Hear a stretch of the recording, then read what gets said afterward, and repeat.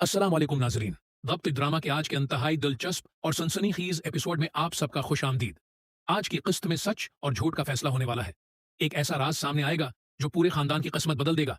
क्या शमसा का झूठ बेनकाब हो जाएगा? क्या बीजान होश में आकर असल हकीकत सबको बता देंगी? आइए शुरू करते हैं आज की जबरदस्त कहानी। फाइल अपने हाथों में लेते ही साकिब साहब के हाथ कांपने लगे। उन्होंने जैसे ही फाइल खोली, उनकी आंखें हैरत से फैल गईं। अंदर मौजूद दस्तावेजात और चंद पुरानी तस्वीर ने उनके होश उड़ा दिए। उन्होंने गुस्से से शमसा की तरफ देखा और कहा, यह सब क्या है? तुमने इतने साल मुझसे इतना बड़ा सच क्यों छुपाया? शमसा के चेहरे का रंग फक हो गया। वो एक कदम पीछे हटते हुए बोली, साकिब साहब, मेरी बात सुन लें। बात वैसी नहीं है जैसी आप समझ रहे हैं। लेकिन साकिब साहब ने उसकी एक न सुनी।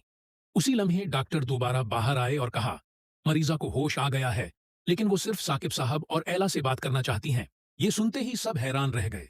साकिब साहब और एला फौरन बी जान के कमरे में दाखिल हुए। बी जान ने कमजोर आवाज में कहा, साकिब, अब वक्त आ गया है कि तुम सब कुछ जान लो।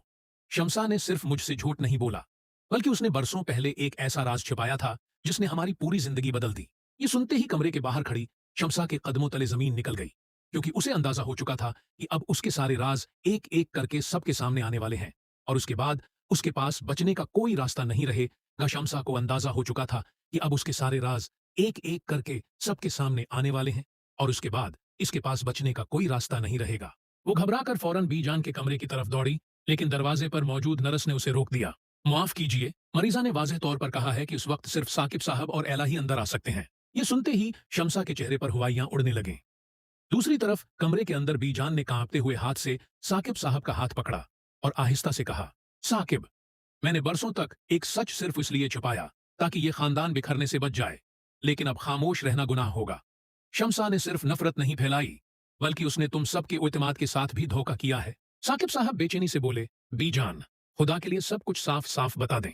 बीजान ने गहरा सांस लिया और कहा, वो फाइल जो तुम्हारे हाथ में है, उसमें हर सबूत मौजूद है।